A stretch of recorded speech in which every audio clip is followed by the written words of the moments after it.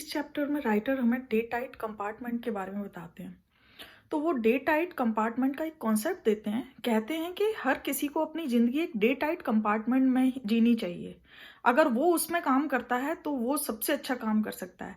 उनका कहना ये था कि अपनी पूरी ज़िंदगी को 3 कंपार्टमेंट में डिवाइड कर लो। एक आज का दिन जिसको हम कहते हैं 24 आवर्स। एक जो निकल गई, अब तक जितनी भी निकल गई, अगर आप 40 साल के हैं तो 40 साल निकल गई। एक जो आने वाली है, जो आपको नहीं पता कि आप और 60 साल आने वाली है, 20 साल आने वाली है, 10 साल आने वाली है, 1 दिन की बची है। तो ये जो 2 कंपार्टमेंट है, एक फ्यूचर का कंपार्टमेंट और एक जो निकल गया कंपार्टमेंट, इन दोनों पे एक लॉक लगाओ। लॉक लगाने से मतलब इनके बारे में मत सोचो। अब काम करना है हमको डे टाइट कंपार्टमेंट मीन्स आपके पास 24 आवर्स हैं। इसमें आप क्या कर सकते हैं, मान लो 9 घंटे आप सोते हैं, 5 घंटे आपके किसी और काम में अगर आप बिजी रहते हैं, तो उसके बाद जितना टाइम बचता है आप पूरा फोकस करके उस काम में करें जो आज आपके हाथ में है। इसमें अब आप ये 2 चीज ना सोचें कि भाई कल ये नहीं हुआ था तो आज ये हो पाएगा कि नहीं, मैं कैसे कर पाऊंगा, और ये नहीं कर पाऊंगा तो कल पता नहीं मेरा रिजल्ट क्या होगा। ये सब फालतू बातें हैं। ये 2 चीज, कल ऐसा हो गया था और कल क्या होगा, ये सब फालतू बातें हैं, इनका कोई मतलब नहीं है। सिर्फ बात ये है कि आज 5 और 6 घंटे को आप कितना बेस्ट कर सकते हो और कितना अच्छा कर सकते हो। आपके हाथ में सिर्फ इतना है। तो आपको अपना सिर्फ आज का टाइम टेबल बनाना चाहिए, आज के काम पे फोकस करना चाहिए जो भी आपको मिला हुआ है, क्योंकि कल सुबह का तो भरोसा नहीं है। मैं तो कह रही हूँ और 60 साल है लेकिन भरोसा तो नहीं है ना। तो उसके लिए आपको सोचने की क्या जरूरत है, और जो निकल गया उसमें तो वैसे भी चेंज नहीं कर सकते। तो राइटर कहते हैं कि हर किसी को अपने आप में आपको डे टाइट कंपार्टमेंट में पैक करके काम करना चाहिए।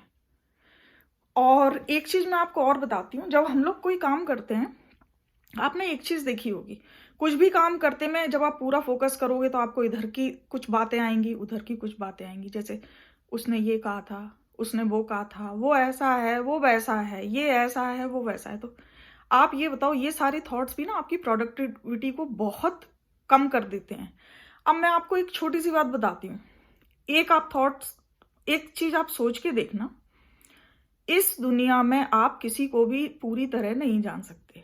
अब किसी को भी से मतलब है, मैं आपकी मम्मी के बारे में भी कह रही हूँ, मैं आपके पापा के बारे में भी कह रही हूँ, मैं आपके इन-लॉज के बारे में भी कह रही हूँ, मैं आपके हस्बैंड के बारे में भी कह रही हूँ, और मैं आपके बच्चे के बारे में भी कह रही हूँ। अब ये कैसे पॉसिबल है, जब आपके मम्मी पापा की 20 या 25 साल पर शादी हुई थी, जब आप थे ही नहीं, तो उसके बाद ही आपने उन्हें देखा और जाना है। तो हर किसी की लाइफ में ना कई बार ऐसी चीजें होती हैं जो वो ना अपने हस्बैंड के साथ शेयर करता, ना बच्चों के साथ शेयर करता। आप जान सकते हो वो अपनी कुछ अच्छी चीजें भी बताएंगे, कुछ बुरी चीजें भी बता सकते हैं, बट फिर भी वो एक एक चीज आपको नहीं पता होगी जो उनके साथ हुई होगी। सेम चीज आपके इन लॉज के साथ है। हस्बैंड के साथ भी जिस दिन आपकी शादी होती है उस दिन से एक उनके साथ आपकी जर्नी शुरू होती है, ठीक है। लेकिन उस 25 साल में उस हस्बैंड या वाइफ के साथ क्या हुआ वो भी आपको नहीं पता, है ना। हर कोई बहुत फेयर हो कि अपना एक एक दिन का हिसाब दे नहीं सकता, और उसके देने की भी कोई जरूरत नहीं होती। इसी तरीके से आप अपने, कभी कुछ बुरा भी हुआ होगा आपके साथ, आप अपने बच्चे के साथ शेयर नहीं करोगे, है ना, और कुछ चीजें छुपाओगे। अब बच्चा 8 घंटे स्कूल में है, कुछ चीजें डर की वजह से वो भी आपको नहीं बताएगा, तो आप उसको भी नहीं जानते। जिस दिन वो आपसे अलग हो जाएगा, उसकी बिल्कुल ही लाइफ अलग होगी, तो आप उसको भी नहीं जानते। तो कहने का मतलब ये है कि आप सिर्फ अपने आप को जानते हो, क्योंकि जब से, वो भी तब से जब को आप 5 साल के बाद जब से आपको थोड़ा होश आया है कि मैं क्या हूं, मैंने क्या किया ये, उसके अलावा इस दुनिया में आप किसी को भी नहीं जानते। तो कभी अगर किसी ने कुछ कह भी दिया ना आपसे, तो उस चीज को माइंड पे ज्यादा मत लो। क्यों मत लो, क्योंकि आपको नहीं पता वो लोग किस परिस्थिति में जी के आए हैं, क्या उनके साथ अच्छा या बुरा हुआ है जिसका एक वो आपके ऊपर कभी कभार निकाल देते होंगे, चाहे पेरेंट्स हो, हस्बैंड भी, वाइफ भी। तो जब आप इसको छोड़ना शुरू करोगे ना, जैसे किसी ने कुछ कह दिया, इट्स ओके, मैं नहीं जानता भाई इसके साथ क्या हुआ होगा जिस वजह से ये कर रहा है, इट्स ओके, जाने दो। तो इस तरीके से जब आप अपने थॉट्स को थोड़ा सा कंट्रोल करोगे ना, तभी आप प्रोडक्टिवली फोकस कर पाओगे आप क्या कर रहे हो। छोड़ना बहुत जरूरी है चीजों को। अगर जब आप छोड़ोगे तभी आपकी प्रोडक्टिविटी अच्छी होगी, और तभी आप डे टाइट कंपार्टमेंट में रह पाओगे। कोई भी चीज है छोड़ दो, अगर आपको अच्छी नहीं लग रही, उसके पीछे पड़ने की जरूरत नहीं है कि हम अंदर तक जान के ही रहेंगे ऐसा क्यों हुआ, क्यों कहा, हो गया ठीक है, वो जाने, उसका काम जाने।